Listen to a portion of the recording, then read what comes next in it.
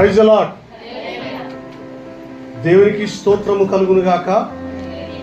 ప్రభు నామానికి మహిమ ఎల్లప్పుడూ కలగాలి. ముందుగా సర్వశక్తుడైన దేవునికి ఇటువంటి అవకాశం ఇచ్చిన దేవునికి స్తోత్రం చెల్లిస్తున్నాను.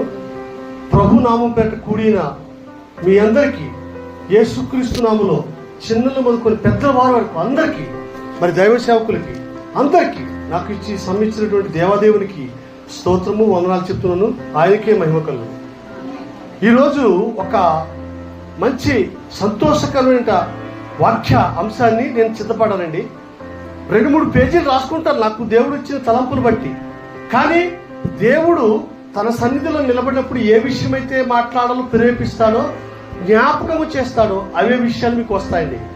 నాకు ఇక్కడ కూర్చొని మీరు ఎంతో ఆత్మతో ఆనందంతో దేవుని స్తుతిస్తూ ఆరాధిస్తున్నారో అప్పుడు దేవుడు గుర్తు చేశాడు. చూడండి, కీర్తనల గ్రంథం